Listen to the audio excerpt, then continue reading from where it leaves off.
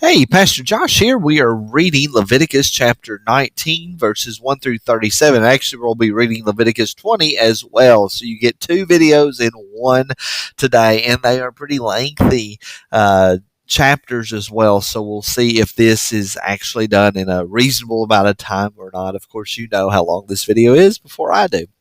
But for chapter 19, we see that this whole chapter is about being holy by loving God and others. We'll see that the Ten Commandments are going to be referenced a ton in Leviticus. Remember, I hold kind of the idea that the Ten Commandments are going to be the natural law, kind of the summary of what is right and what is wrong that would be applicable to all cultures and all nations of all times.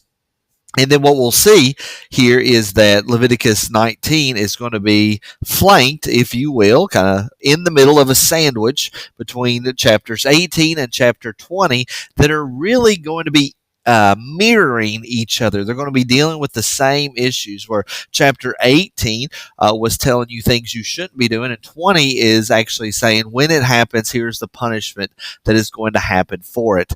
One last thing before we actually start reading Leviticus 19 is that I want to remind you of those three types of laws. This is where kind of the rubber meets the road, because this is where in these chapters, you begin to see that this distinction isn't exactly clear cut. There's a lot of overlap between these types of laws. I still find them helpful as we work through it, but as we will see in chapters 19 and 20, this kind of structure of understanding the types of laws, it will become a little bit more difficult to kind of tear them apart, if you will. And the reason that is because while we say there are three types of laws: moral, ceremonial, and judicial, the judicial laws and the ceremonial laws are, of course, immoral by nature. But the ceremonial laws and the judicial laws are contextualized ways to apply the moral law to the ancient Near East. And so I think that is why it will actually become a little bit more difficult to kind of peel these apart as we go through. But I still find it very helpful. Three types of laws: the moral law being summarized in the Ten Commandments, and then, of course, the way that Jesus summarized it: love the Lord your God with all your heart, soul, mind, and strength, and love your neighbor as yourself. And we're going to see love your neighbor as yourself is going to be found in this chapter right here, kind of the center of it. Ceremonial laws being those unclean, clean rules, and the sacrificial system, pointing to Jesus Christ. We no longer do those because Jesus fulfilled those. And the judicial laws being given to the people of Israel on how to execute judgment on particular sins. And these are things that we would not be following to the T or to the letter. Much principles we can gather from it. We wouldn't be following it to the letter because Israel was a theocracy. They had a unique relationship with God and expected to behave differently than other nations of the world. So let's run into our reading. And the Lord spoke to Moses, saying, "Speak to all the congregation of the people of Israel and say to them, you shall be holy, for I, the Lord your God, am holy." That's the basic command. That's the basic rule of chapter 19 and the whole book of Leviticus. The whole point is that we need to be holy because God is holy. We need to be holy so that we can experience fellowship with Him. That command is reset again in the New Testament, definitely applicable to us. We need to be holy. We need to be righteous because God is righteous. He is holy. And thank the Lord that He gives us that righteousness. He gives us the cleansing that allows us to have that relationship with Him. "Every one of you shall revere his mother and his father." Already we see these allusions or restatements of the Ten Commandments. The fifth commandment here: "And you shall keep my Sabbaths." Again, an allusion to number 4. Remember, my Sabbath day, keep it holy. But I do have it underlined here, the word Sabbaths. Remember, this is going to be extended on not just to the 1 and 7 day of rest and day of worship. There are many special high and holy days, Sabbaths, that the Israelites were to practice. And those will be explained as we get toward the end of the book of Leviticus. And why should we keep the Sabbaths? Because the Lord is our God. I am the Lord your God. Do not turn to idols, reference to the second commandment, or make for yourselves of any gods, cast metal. I am the Lord your God. When you offer a sacrifice of peace offerings to the Lord, you shall offer it so that you may be accepted. It shall be eaten in the same day you offer it, or on the day after. Anything left over until the third day shall be burned up with fire. If it is eaten at all on the third day, it is tainted, it will not be accepted, and everyone who eats it shall bear his iniquity, because he has profaned what is holy to the Lord, and that person shall be cut off from his people. So these fellowship offerings, these peace offerings, needed to be eaten in 2 days. The day it was offered or the day after, the third day, you have to burn it all up. Love your neighbor as yourself. So now we're going to see laws that are going to be focusing on the second half of the Ten Commandments. And we'll see those as we go. When you reap the harvest of your land, you shall not reap your field right up to its edge. Neither shall you gather the gleanings after your harvest. Basically, you don't need to squeeze everything out of the things that you have so that those that are poor and less fortunate can have those things. This is an idea of loving your neighbor and being charitable to the people around you. If you're blessed, share those blessings with others. And you shall not strip your vineyard bare, neither shall you gather the fallen grapes of your vineyard.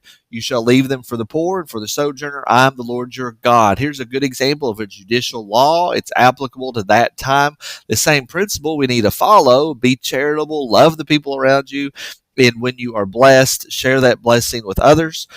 Still something we should follow today, but maybe not necessarily in that particular way, unless for some reason you are a vineyard keeper or you are a farmer. But still, in this day and age, that's not how we work. The ones that are less fortunate are not coming into the fields to gather what is left over.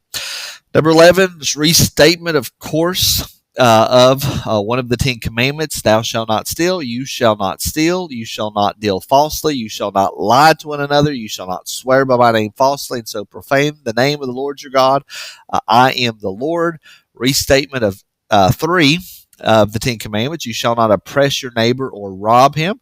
Restatement or an expansion of the idea of stealing. See, these are all more. These are things that are clearly we are not to be doing. Don't oppress your neighbor. Now, but the application might be a little different. The wages of a hired worker shall not remain with you all night until the morning. Many people are paid on a weekly or a bi-weekly or even a monthly basis. But the whole idea is that if somebody did the work, give them the money. You shall not curse the deaf or put a stumbling block before the blind, but you shall fear the Lord your God. I am the Lord. Of course, the whole idea is don't oppress your neighbor.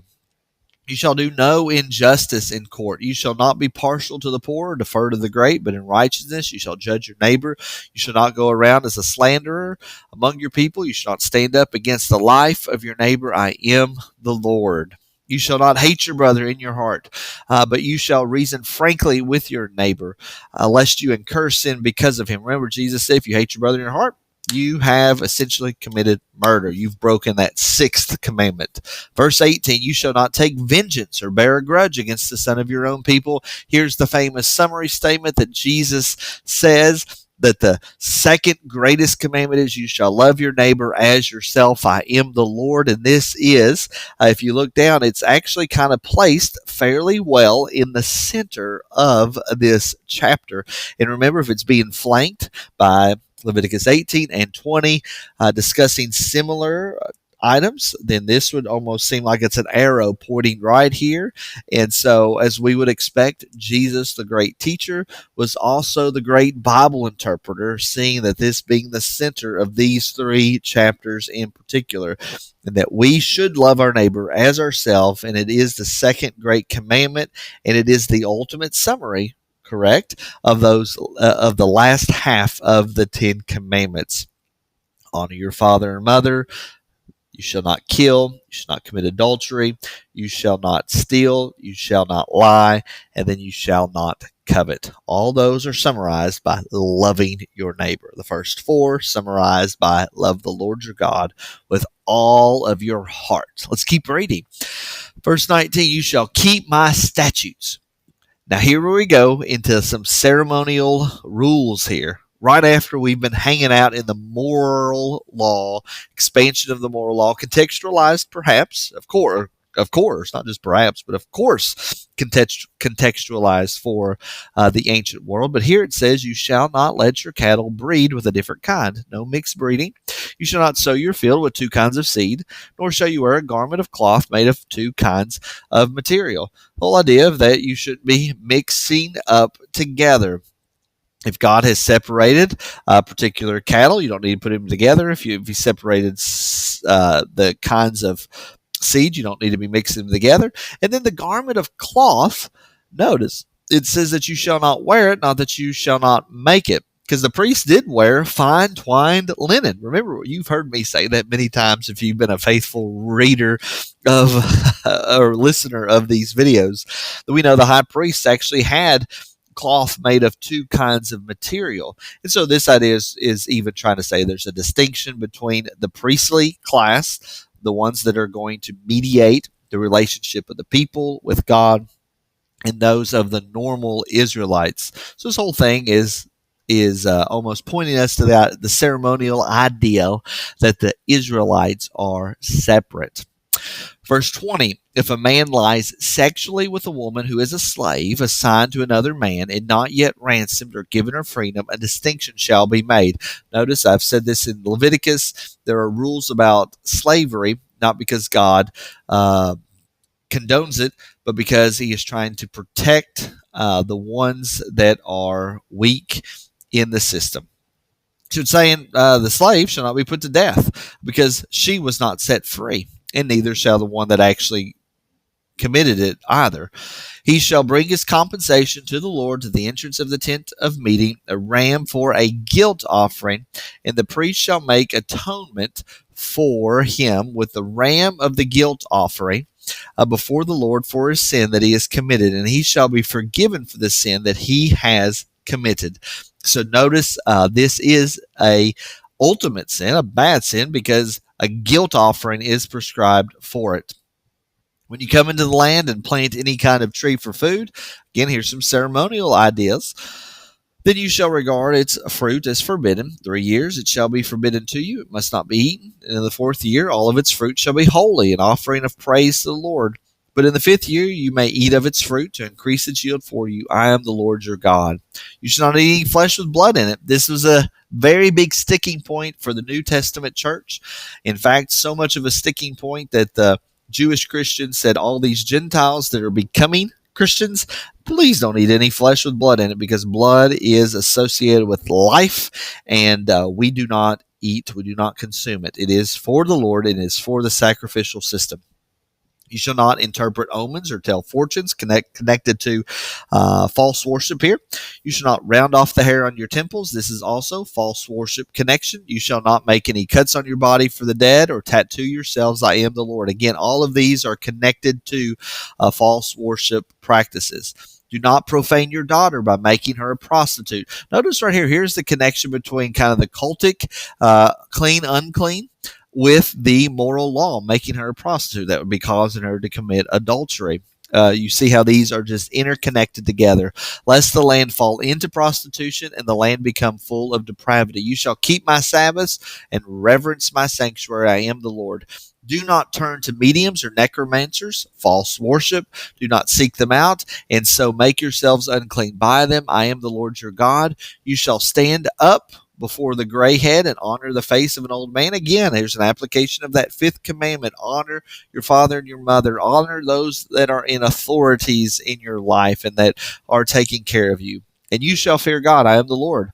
When a stranger sojourns with you in your land, you shall not do him wrong. Again, love your neighbor. Don't do bad to those that are around you. You shall treat the stranger who sojourns with you as the native among you, and you shall love him as yourself. For you were strangers in the land of Egypt. I am the Lord your God. So be nice to the people that are coming in to live with you, that are foreigners and that are away from us, or that are outside the nation, outside the ethnic group.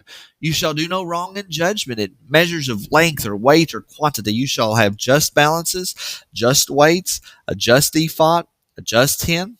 I am the Lord your God who brought you out of the land of Egypt, and you shall observe all my statutes and all my rules and do them. I am the Lord. Moving on to chapter 20. This whole idea, again, is mirroring chapter 18. We're going to see a lot of the laws restated again. The whole idea here is that God is going to judge. So there's going to be an emphasis on here of the three types of laws of this judicial. Here we're going to be reminded of the commandments that are given in 18, and then there's going to be particular punishments that are enacted in chapter 20. Again, pointing, the whole point is having like an arrow pointing to chapter 19, and then ultimately where Jesus quoted, love your neighbor as yourself. So here you see a summary of prohibitions, and you see it mirrored in chapter 20. You see them reappearing. So we'll see incest, menstrual uncleanness discussed, adultery with neighbor's wife. We'll see a discussion about Moloch again. And sacrificing children to him. Homosexuality will be mentioned, bestiality. In this one, we're going to be in chapter 20, we're going to talk about mediums and wizards, cursing father and mother, which does not have a counterpart in chapter 18. And then finally, we do not do these things so that the land will not vomit you out. And then here, the encouragement is that you shall not walk in the customs of the nations that I am casting out before you. Again, intentionally a mirror. So let's read it. The Lord spoke to Moses, saying, say to the people of Israel, any one of the people of Israel or the stranger who sojourn in Israel who gives any of his children to Moloch shall surely be put to death. If anybody sacrifices their children to Moloch, will be killed. They shall be stoned. The people of the land shall stone him with stones. I myself will set my face against that man. Will cut him off from among his people, because he has given one of his children to Moloch. So a clear death penalty principle here in this command, and when it comes to children, in protecting the most vulnerable among us, to make my sanctuary unclean and to profane my holy name. And if the people of the land do at all close their eyes to that man when he gives one of his children to Moloch, and do not put him to death, then I will see my face against that man and against his clan, and will cut them off from among their people, him and all who follow him in whoring after Moloch. If a person turns to mediums and necromancers, whoring after them, I will set my face against that person, and will cut him off from among his people. False worship. Consecrate yourselves, therefore, and what? There it is. Be holy, for I am the Lord your God. Be holy as God is holy. Keep my statutes and do them. I'm the Lord who sanctifies you. For anyone who curses his father or his mother shall surely put to death. He has cursed his father or his mother. His blood is upon him. Punishments for sexual immorality. Again, we see the mirroring from chapter 18 here to chapter 20. If a man commits adultery with the wife of his neighbor, both the adulterer and the adulteress shall surely be put to death. If a man lies with his father's wife, he has uncovered his father's nakedness. Both of them shall surely be put to death. Their blood is upon them. If a man lies with his daughter-in-law, both of them shall surely be put to death. They have committed perversion. Their blood is upon them. If a man lies with a male, as with a woman, both of them have committed abomination. They shall surely be put to death. Their blood is upon them. If a man takes a woman and her mother also, it is depravity. He and they shall be burned with fire, that there may be no depravity among you. If a man lies with an animal, he shall surely be put to death, and you shall kill the animal. If a woman approaches any animal and lies with it, you shall kill the woman and the animal. They shall surely be put to death. Their blood is upon them. Again, remember, these are judicial laws, specifically for the people of Israel as they have lived under a theocracy.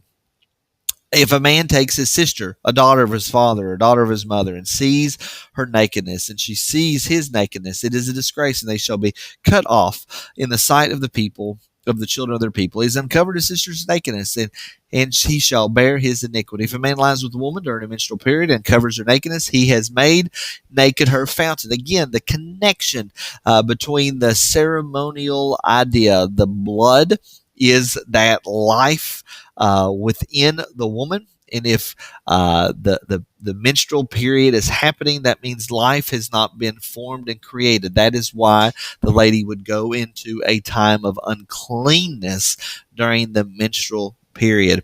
She has uncovered the fountain of her blood. Both of them shall be cut off from among their people. You shall not uncover the nakedness of your mother's sister or of your father's sister, for that is to make naked one's relative. They shall bear their iniquity. If a man lies with his uncle's wife, He's uncovered his uncle's nakedness. They shall bear their sin. They shall die childless. If a man takes his brother's wife, his impurity has uncovered his brother's nakedness. They shall be childless. Again, judicial laws for Israel. You shall therefore keep all my statutes and all my rules and do them, that the land where I'm bringing you to live may not vomit you out. We've heard that, right? And you shall not walk in the customs of the nation, and I'm driving out before you. Again, repeating what we saw in chapter 18. For they did all these things, and therefore I detested them. But I have said to you, you shall inherit the land. I will give it to you to possess, a land flowing with milk and honey. Remember, we inherit the great kingdom of God. Heaven is going to be ours one day. It will come down. We will live in a new heavens and new earth with a resurrected body. I'm Lord your God who has separated you from the peoples. You shall therefore separate the beast, the clean beast, from the unclean. Again, there's that memory work of going back to that rule that we saw of don't take a beast and mix it with another beast.